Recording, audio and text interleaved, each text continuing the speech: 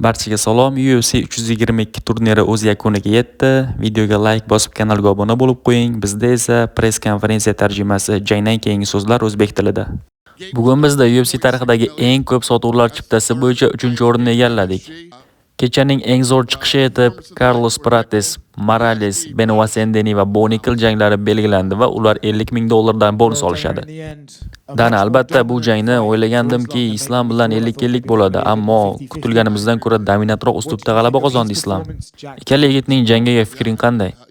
Bemalol aytishim mumkin, bu UFC tarixidagi eng ajoyib janglardan biri bo'lmadi, lekin Islom dominant uslubda chiqish ko'rsatdi. Bilmadim endi keyingisi u bilan kim bo'ladi. Bu haqida biz hali muhokama qilamiz. Bu yigitlar katta ishlar qilishmoqda. Meni ham sendan so'ramoqchi bo'lgan narsam aynan shu. Bu yerda divizionda katta yigitlar bor. Kamaru Usman, Shavkat, Ilya Tapuriya ham uni jangga chorlamoqda. Va seningcha ham Islom Ilya bilan to'qnash kelsa, bu mega jang tashkili bo'ladimi? Yoki sen avval Ilyani kamarni himoya qilishini xohlaysanmi? Hozir aniq bilmayman. Albatta sen juda katta jang haqida gapiryapsan va buni biz muhokama qilamiz.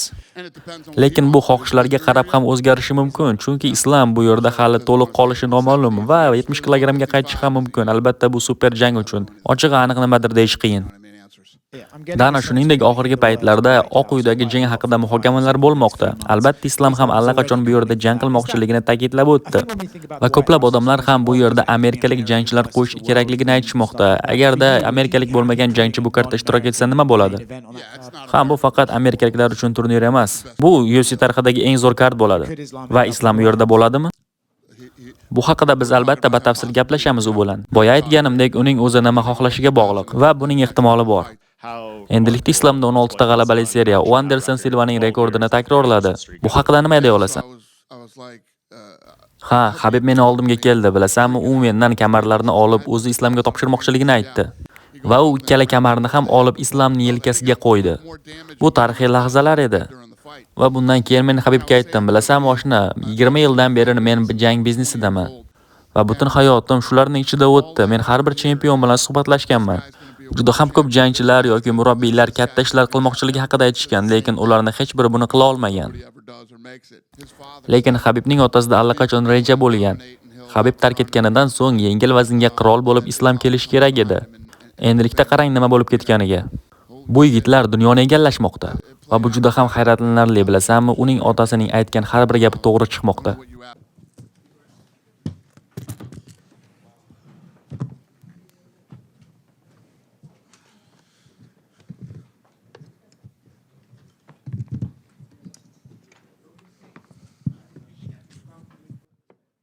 Islom, avvalambor g'alaba bilan tabriklayman. Bilaman, bu seni butun hayoting davomida qilgan orzuying. Va albatta bu orzuni ro'yobga chiqarib haqiqatga aylantirganingdan keyin o'zingda qanday his-tuyg'ular bo'lmoqda? O'zimni juda ham baxtli his qilyapman. His-tuyg'ularimni nazorat qilishga harakat qilyapman. Lekin bu hayotimdagi eng katta kun. Va UFC'da 2 vazn toifasida chempion bo'ldim. Beqiyos darajada baxtliman. Bu Madison Square Garden'da sodir bo'ldi. Butun hafta davomida men shu yerda aytib keldim orzuyimni va o'zim xohlagan narsaga erishdim. Minnatdorman. Seningcha bu jang bir taraflama bo'lishini kutganmiding? Yoki Jake qattiq qarama-qarshilik qiladi deb o'ylaganmiding va ayniqsa grapplingda? Bu yigitni birinchi marotaba yerga yiqitganimda shuni tushundimki, bu juda ham uzun tun bo'ladi. Men u bilan gilamda xohlagan ishimni qila olishimni tushundim. Uni parterga tushirganimda albatta tik turib ketishiga harakat qilishini oldindan bilardim. Uning janglarini ko'rganman, albatta grapplingda ham o'ziga xos xususiyatlari bor, lekin men hammasiga blok qo'ydim. Shuning uchun bu kecha bunday ishlash men uchun juda ham oson kechdi. Keyinchalik uning murabbiyi Craig Jonesga nima deding? Unga aytdimki, har safar uning qilayotgan ishlari yaxshi ishlamayapti. Endilikda u Dog'istonga bemalol borishi mumkin. U yerda haqiqiy jiu-jitsu va grappling mahoratlarini o'rganib keladi. Bu sening 77 kilogramdagi ilk janging edi. Va sening bu vazndagi mahoratlaring qanchalik o'sdi? Men bugun o'zimni juda ham yaxshi his qildim. Oldin hech qachon bunday bo'lmagan. Men o'zimda ko'proq kuch va ko'proq ishonchni his qildim. Va tik holatimda ham uning har bir zarbalarini ko'rib turdim. O'ylashimcha, agarda shu vazn toifasida bo'lsam, istalgan jangchini parterda nazorat qila olaman. Chunki bunday kuchni oldin o'zimda his qilmaganman. Demak, 77 kilogramga qarasak, bu yerda juda ham kuchli yigitlar bor va endilikda seni Ilya Topuria ham jangga chorlamoqda. Qo'shimchasiga 77 kilogramda Morales, Carlos Prates, Usman va Shavkat ham sen bilan jangni xohlashmoqda. Kim bilan jang bo'ladi o'zi?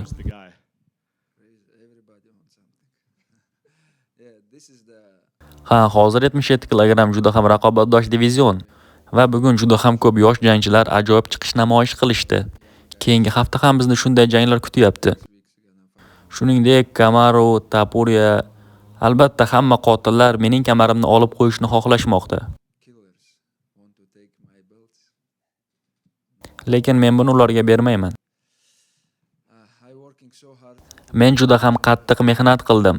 Ikki vazn toifasida chempion bo'lish uchun. Endilikda men unchalik ko'p vazn tashlashim shart emas va kamarimni juda ham ko'p marotaba himoya qilaman. Ilya Topuria Twitterda shunday yozib qoldiribdi. Islom, sen juda ham zerikarli jangchisan. Seni nokaut qilishni intizorlik bilan kutyapman. Bu gaplarga fikring qanday?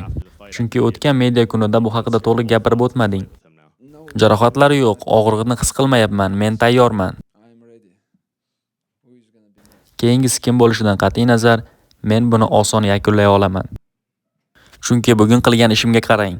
GDM bizning vazn toifasidagi eng kuchli va eng zo'r jangchilardan biri.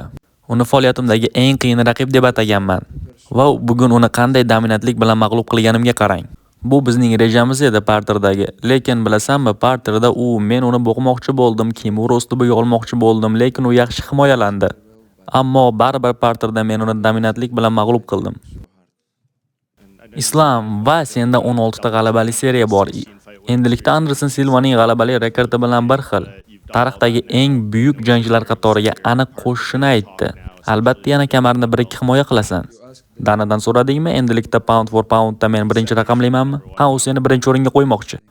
Rahmat. Bilmadim, o'zi qaysi rekordni buzdim hozir? Yana bitta g'alabali seriya qilsang eng uzuni bo'ladi. Ha, 12 ta g'alabali seriya. Keling, buni birgalikda qilamiz. Aytganimdek, men tayyorman. Ko'p vazn tashlamayapman, istalganim bilan jang qila olaman. Bu vaznda men juda ham kuchli bo'laman. Islom, bugun jang qilgan 77 kilogramli yigitlar orasida eng zo'r chiqishni kim namoyish qildi deb o'ylaysan? Bugunmi? Ha, bugun. Chiqishimdan oldin janglarning guvohi bo'ldim. Bu yerda Carlos Prates bor edi. U sobiq chempionni nokaut qildi. Juda kuchli jangchilar bor bu yerda. To'g'risi men hayratda qoldim. Bu yigit kun bo'yi sigaret chekadi, ammo sobiq chempionni uxlatib qo'ydi.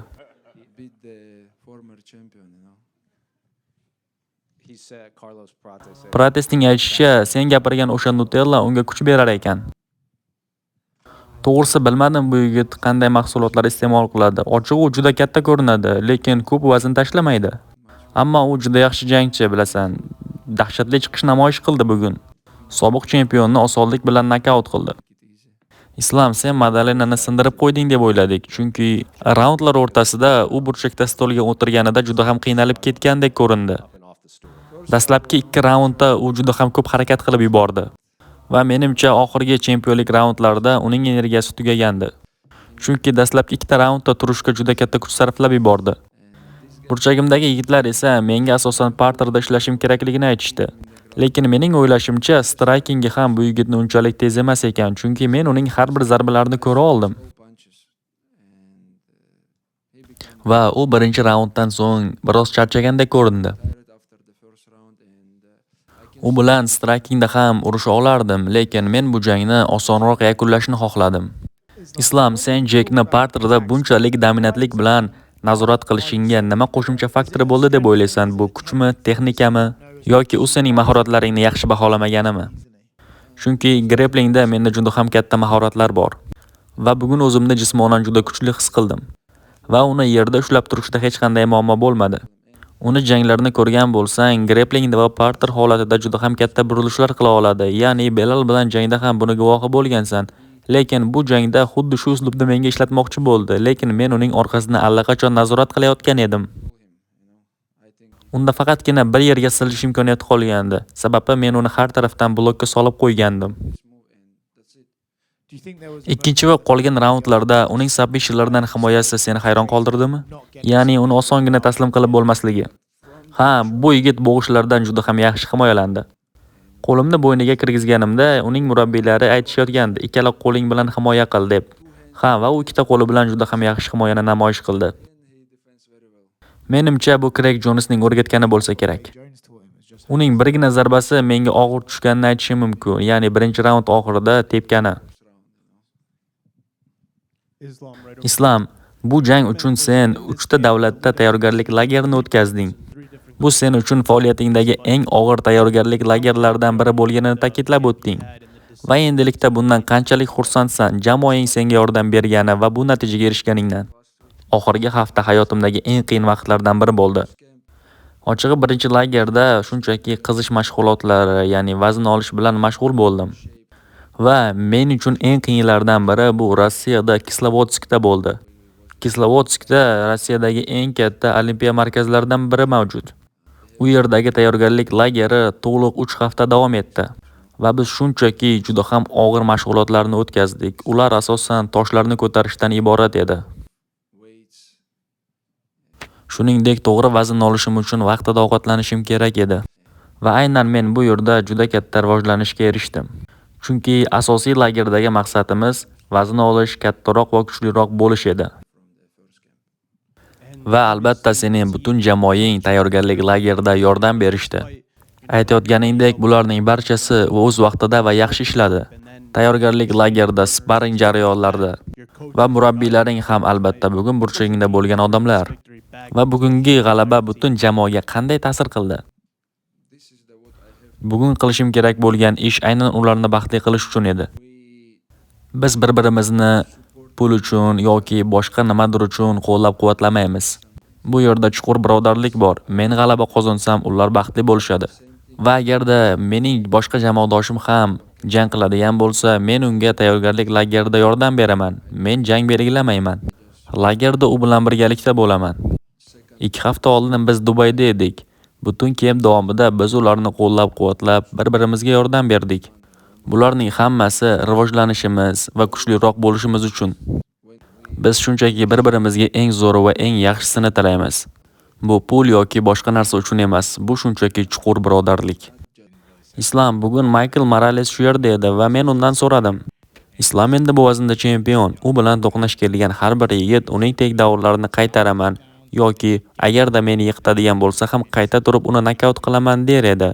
Lekin hozircha hech kim buni uddasidan chiqa olmayapti dedim. Uning javobi shunday bo'ldi. Men o'zgachaman, men o'zimga ishonaman. Uning takedownlarini qaytaraman va nokaut qilaman deb javob berdi. Axir bu bir xil javob-ku. Hamma aytadi men bilan to'qnash kelishdan oldin meni nokaut qilmoqchi ekanligini. Agarda men tik holatda turib qoladigan bo'lsam, ha, bo'lishi mumkin. Yo'q, lekin men takedownga boraman. Agarda birinchisi o'xshamasa ham ikkinchisiga urinib ko'raman, ikkinchisi bo'lmasa uchinchisiga. Sizlarga yana aytaman yigitlar, yarim o'rta vaznda meni to'xtata oladigan jangchini ko'rganim yo'q. Barchaga rahmat yigitlar, siz doim meni namoyish qilgansiz. Men buni qadrlayman. Rahmat katta.